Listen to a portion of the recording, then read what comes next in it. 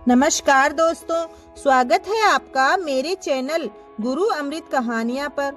सबसे पहले आप सभी श्रोताओं को सकट चौथ या तिलकुटा चौथ की ढेर सारी शुभकामनाएं। तिलकुट चौथ व्रत महिलाएं अपनी संतान की लंबी आयु और खुशहाल जीवन के लिए रखती है। साथ ही इस व्रत को करने से व्यक्ति की सारी मनोकामनाएं पूर्ण हो जाती है। इस दिन भगवान गणेश जी की पूजा की जाती है और व्रत कथा सुनी जाती है। आइए सुनते हम तिलकुटा चौथ की व्रत कथा। बहुत समय पहले की बात है। एक शहर में देवरानी और जेठानी रहती थी। देवरानी गरीब थी और जेठानी अमीर थी। देवरानी गणेश जी की बहुत बड़ी भक्त थी। देवरानी का पति जंगल से लकड़ी काट कर उसे बेचता था और अक्सर बीमार रहा करता था। देवरानी अपनी जेठानी के घर उसका काम करती और बदले में जेठानी उसे बचा हुआ खाना, पुराने कपड़े आदि दे देती थी। इसी से देवरानी का परिवार चल रहा था। माघ के महीने में देवरानी ने तिल चौथ का व्रत किया। 5 रुपए का तिल व गुड़ लाकर उसने तिलकुटा बनाया। पूजा करके तिल चौथ की कथा सुनी और फिर गणेश जी का ध्यान करके तिलकुटा छींके में रख दिया और सोचने लगी कि चांद निकलने के बाद ही कुछ खाएगी। इस तरह से कथा सुनकर वह जेठानी के यहाँ काम करने चली गई। खाना बनाकर जेठानी के बच्चों को खाना खाने को कहा तो बच्चे बोले, चाची अभी माँ ने व्रत किया है और माँ भूखी है। जब माँ खाना खाएगी तभी हम भी खाएंगे। जेठ जी को खाने के लिए कहा तो जेठ जी बोले, मैं अकेला नहीं खाऊंगा। जब चांद निकलेगा तभी मैं भी सबके साथ में खा लूंगा। देवरानी ने कहा, मुझे घर जाना है, इसलिए मुझे खाना दे दो। जेठानी ने उससे कहा, आज तो किसी ने भी अभी तक खाना नहीं खाया है, तुम्हें कैसे दे दूं? तुम सवेरे ही बचा हुआ खाना ले जाना। बेचारी देवरानी उदास होकर घर चली आई। देवरानी के घर पर पति, बच्चे सब आस लगाए बैठे थे कि आज तो त्योहार है, इसलिए वह बहुत अच्छा खाना लेकर आएगी, अच्छे अच्छे पकवान मिलेंगे। परंतु जब बच्चों को पता चला कि आज तो सूखी रोटी भी नहीं मिलेगी तो बच्चे जोर जोर से रोने लगे। ये देखकर देवरानी के पति को गुस्सा आ गया और कहने लगा कि दिन भर काम करने के बाद 2 रोटियां भी नहीं ला सकती तो पूरा दिन काम करने का क्या फायदा। ऐसा कहकर पति ने गुस्से में आकर पत्नी को कपड़े धोने वाले डंडे से खूब मारा। धोबना हाथ से छूट गया तो पाटे से मारा। वो बेचारी गणेश जी को याद करती हुई रोते रोते पानी पीकर सो गई। उस दिन गणेश जी देवरानी के सपने में आए और कहने लगे, धोबना मारी, पाटा मारी, सो रही है या जाग रही है? तब वह बोली, कुछ सो रही हूँ, कुछ जाग रही हूँ।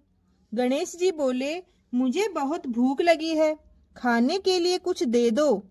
देवरानी बोली, क्या दूं? मेरे घर में तो अन्न का एक दाना भी नहीं है। जेठानी बचा हुआ खाना देती थी, आज वो भी नहीं मिला। देवरानी ने फिर कहा कि पूजा का बचा हुआ तिलकुटा छींके में पड़ा है भगवान, वही खा लो। गणेश जी ने तिलकुट खाया और उसके बाद कहने लगे, धोबना मारी, पाटा मारी, निमटाई लगी है, कहाँ निमटे?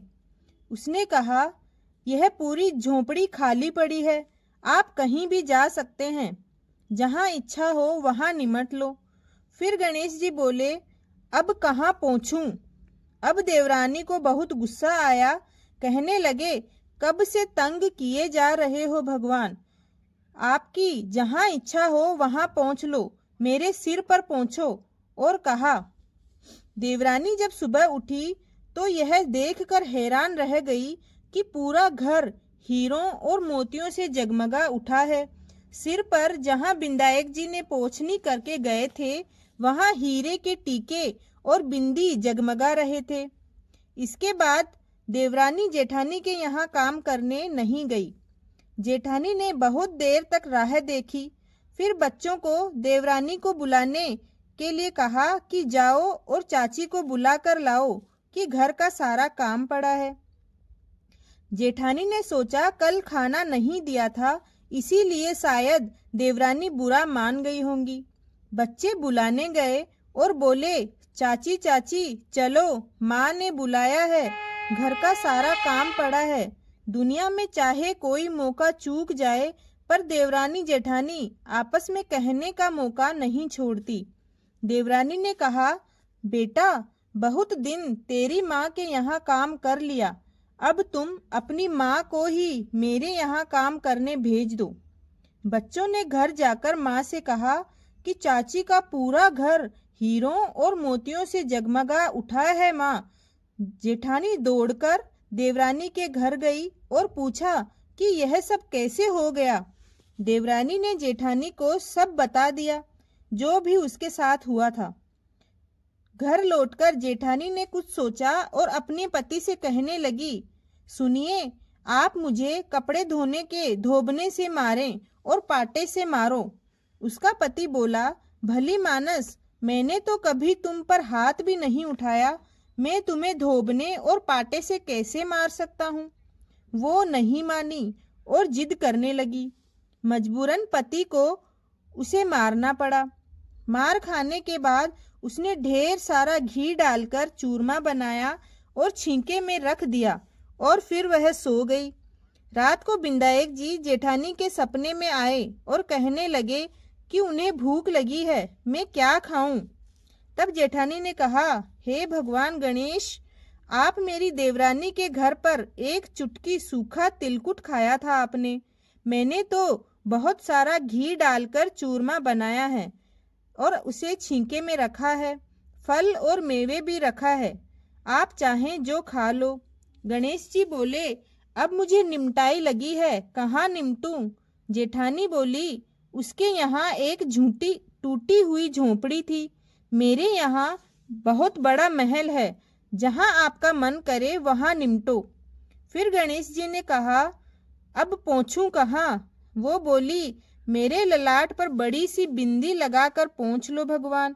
उसके तो रूखे सूखे बाल थे, मैंने चमेली का तेल लगाया है, तो आप मेरे बालों से पहुँच लो। धन की भूखी जेठानी सुबह जल्दी उठ गई। सोचा घर हीरे और जवाहरात से भर चुका होगा, लेकिन उसने देखा कि उसका पूरा घर बदबू से बदबूदार हो गया है। चारों तरफ गंदगी फैली हुई है, उसके सिर पर भी बहुत सी गंदगी लगी हुई थी।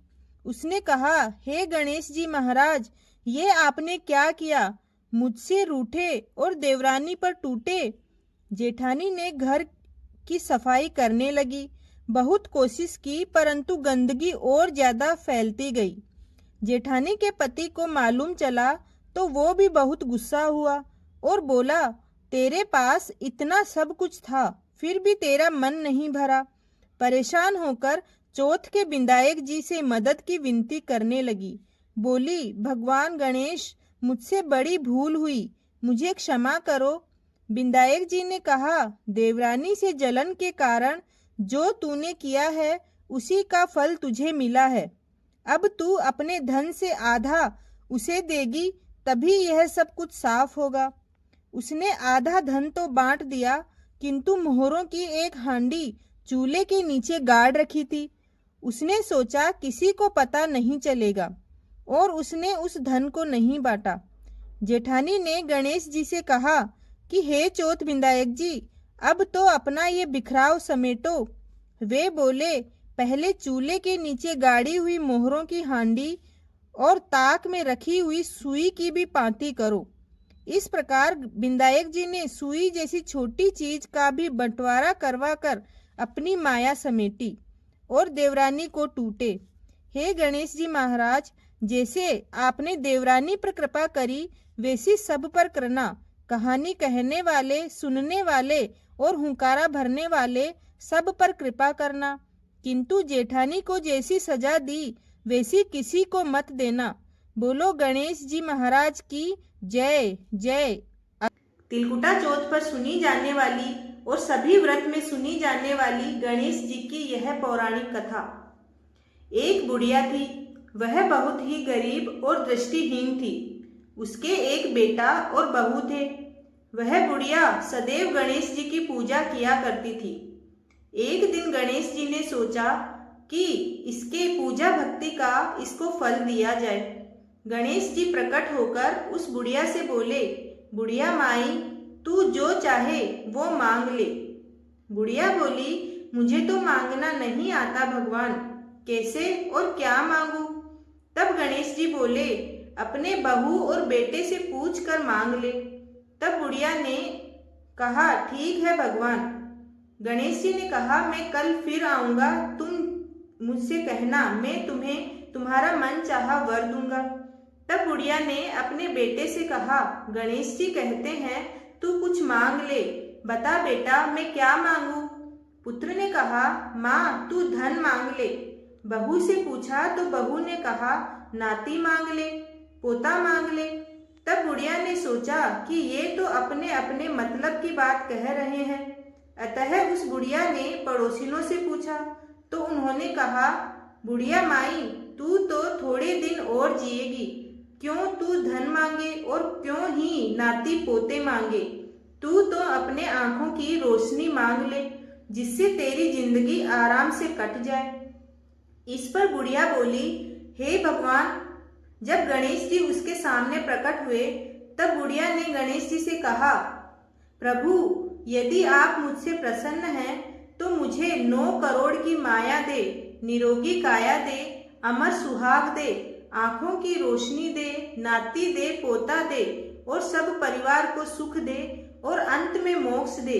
हे गणेश जी महाराज, मैं अपने पोते को सोने के कटोरे में दूध पीते हुए देखना चाहती हूँ और उसके साथ दौड़ भाग करना चाहती हूँ। यह सुनकर गणेश जी बोले, बुढ़िया माई, तू तो कहती थी मुझे मांगना नहीं आता और तूने सब कुछ मांग कर हमें ठग लिया। फिर भी जो तूने मांगा है वचन के अनुसार सब तुझे मिलेगा। और यह कहकर गणेश जी अंतर ध्यान हो गए। उधर बुढ़िया माँ ने जो कुछ मांगा वह सब कुछ मिल गया। गणेश जी महाराज, जैसे आपने उस बुढ़िया माँ को सब कुछ दिया वैसे ही सबको देना। जय गणेश जी महाराज। अगर आपको ये कहानी पसंद आई हो तो चैनल को जरूर सब्सक्राइब करें और कमेंट में अपनी राय देना ना भूलें। धन्यवाद।